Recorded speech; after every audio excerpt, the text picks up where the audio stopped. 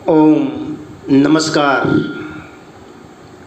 आज सारे विश्व में कोरोना वायरस फैल चुका है और कई लोगों की जान उसमें चली गई है। उस वायरस ने कई लोगों की जान ले ली है। उसमें से बचने का उपाय हमारे हिंदुस्तान के पास है। हमारी संस्कृति ही ऐसी है कि उस वायरस में से हमको बचा सकती है। योग जो नियमित आप अपनाते हैं तो कोरोना वायरस के सामने लड़ सकते हैं। कोरोना वायरस में लड़ने के लिए हमें क्या करना चाहिए? तो हमारी रोग प्रतिकारक शक्ति जब कम हो जाती है तब रोग हमारे शरीर में घुस सकता है। यदि आप रोग प्रतिकारक शक्ति बढ़ा लेते हैं तो रोग की कोई असर हमारे शरीर में नहीं होती है। रोग प्रतिकारक शक्ति बढ़ाने के लिए नियमित योग करना चाहिए। यदि आप योग के साथ जुड़ जाते हैं और नियमित योग करते हैं तो आप तंदुरुस्त रह सकते हैं। कोरोना वायरस से घबराने की, डरने की कोई ज़रूरत नहीं है। यदि आप डर जाते हैं, घबरा जाते हैं तो शरीर में कोरोना वायरस की शुरुआत हो जाती है। तो डरने की ज़रूरत नहीं है, लेकिन सावधानी रखनी चाहिए। जो डॉक्टर हमको बताते हैं, क्योंकि डॉक्टर ईश्वर का स्वरूप है और डॉक्टर जो बताते हैं उसके बात सुनते हैं और उसका पालन करना चाहिए। सुनना ही नहीं ज़रूरी है, लेकिन पालन करना चाहिए। कोरोना वायरस से बचने के लिए योग में क्या है? तो बाबा रामदेव जी महाराज हमको 8 प्राणायाम बताते हैं। भस्त्रिका, कपालभाति, बाह्य, अग्निसार, अनुलोम विलोम, भ्रामरी, ओमकार और उज्जयी प्राणायाम। ये 8 प्राणायाम यदि आप नियमित करते हैं तो तंदुरुस्त रह सकते हैं। यदि आपके पास समय नहीं है, यदि आप ये 8 प्राणायाम नहीं कर सकते हैं तो भस्त्रिका, कपालभाति, अनुलोम विलोम 3 प्राणायाम अवश्य कीजिए। और ये 3 प्राणायाम नियमित करते हैं तो कोरोना के सामने आप लड़ सकते हैं। 3 प्राणायाम करने का भी टाइम नहीं है आपके पास तो सिर्फ भस्त्रिका प्राणायाम सुबह और शाम 5-5 मिनट करो, आप तंदुरुस्त जीवन जी सकते हैं। क्योंकि मैं 15 साल से योग करता हूँ नियमित। और ये भस्त्रिका प्राणायाम कैसे किया जाता है? सिद्धासन में बैठ जाओ, पद्मासन, सिद्धासन, वज्रासन, सुखासन, कोई भी आसन में आप बैठ जाओ और बैठकर ऐसी तरह से ज्ञान मुद्रा में बैठ जाओ। आंखों बंद करके श्वास भरना।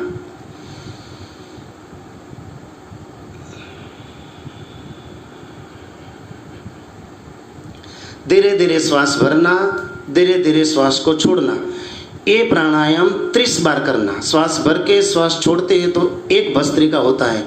ऐसी तरह से 30 बार सुबह, 30 बार शाम को भस्त्रिका प्राणायाम करो तो आपके फेफड़े मजबूत हो जाएंगे, सर्दी आपको नहीं होगी और इससे आप तंदुरुस्त रह सकते हैं।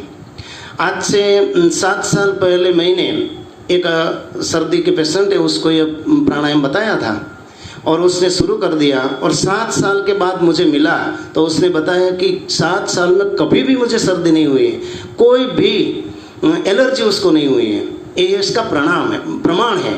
इसका प्रमाण यही है कि यह प्राणायाम आप सुबह शाम करते हैं तो आपके फेफड़े मजबूत होते हैं, आप तंदुरुस्त रह सकते हैं और कोरोना से लड़ सकते हैं। यही है योग में उसका समाधान।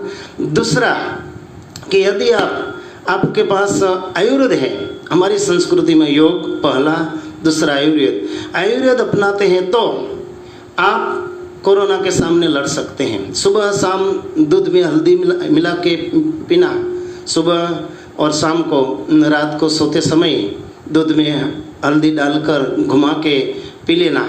और इससे हल्दी और दूध मिलते हैं तो हमको सर्दी और कफ में राहत मिलती है। मैं नियमित इसका प्रयोग करता हूँ, इसलिए आपको बताता हूँ कि आयुर्वेद में यह रास्ता है, हल्दी दूध में डालकर पी लो। तीसरी बात है, आप आध्यात्मिकता के साथ जुड़ जाओ। आध्यात्मिकता, नियमित प्रभु भक्ति करो। भक्ति में ही शक्ति है। यदि आप भक्ति के साथ जुड़े रहते हैं तो हमारे मन में नेगेटिव ऊर्जा उत्पन्न नहीं होती है। पॉजिटिव थिंकिंग के साथ आप जिंदगी जी सकते हैं। और यदि आप पॉजिटिव थिंकिंग के साथ जिंदगी जीते हैं तो कोरोना आपका कुछ नहीं बिगाड़ सकता। कोरोना वायरस के सामने लड़ने के लिए मन में भी और हिम्मत भी रखनी चाहिए, निडर बनना चाहिए, डर मन में से निकाल देना चाहिए, उसके बारे में ज़्यादा सोचना नहीं चाहिए। क्योंकि एक बार मैंने एक लेख पढ़ा था, तो उस लेख में 2 शिक्षिका थी, दोनों सहेली थी और एक दूसरे के बिना जी नहीं सकती थी, ऐसा उसका जीवन बन गया था एक दूसरे का। और कुदरत के करिश्मा से एक शिक्षिका को कैंसर हुआ और एक कैंसर में 1 महीने के बाद उसकी मृत्यु हो गई। तो दूसरी शिक्षिका उसके बारे में सोचने लगी कि मुझे भी कैंसर हो जाएगा, मैं भी मर जाऊंगी, और ऐसा सोचते सोचते 2-3 महीने में उसकी भी मृत्यु हो गई।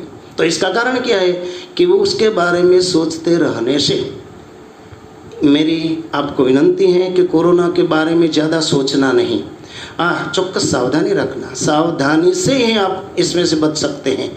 और यदि आप नियमित योग करेंगे, आयुर्वेद के साथ जुड़ते रहेंगे, आध्यात्मिक बाबत के साथ आप घर में बैठे बैठे प्रभु भक्ति करेंगे, तो कोरोना के सामने आप लड़ सकेंगे। आपको कोरोना और हिंदुस्तान में ज़्यादा नहीं फैल रहा है, इसका कारण यही है कि हमारे पास ये संस्कृति है, हमारी योग, आयुर्वेद और आध्यात्मिकता।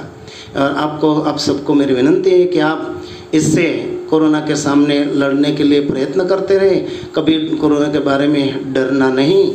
ऐसा तो इस सृष्टि में कोई न कोई कारण तो आते ही रहेंगे, लेकिन नियमित योग करेंगे तो आप तंदुरुस्त जीवन जी सकेंगे, यही मेरा अनुभव है। आज मैं 15 साल से योग करता हूँ और तंदुरुस्त जीवन जी रहा हूँ, इसलिए मैं प्रार्थना करता हूँ कि आप योग के साथ जुड़ जाओ, तंदुरुस्त जीवन जियो। नमस्कार।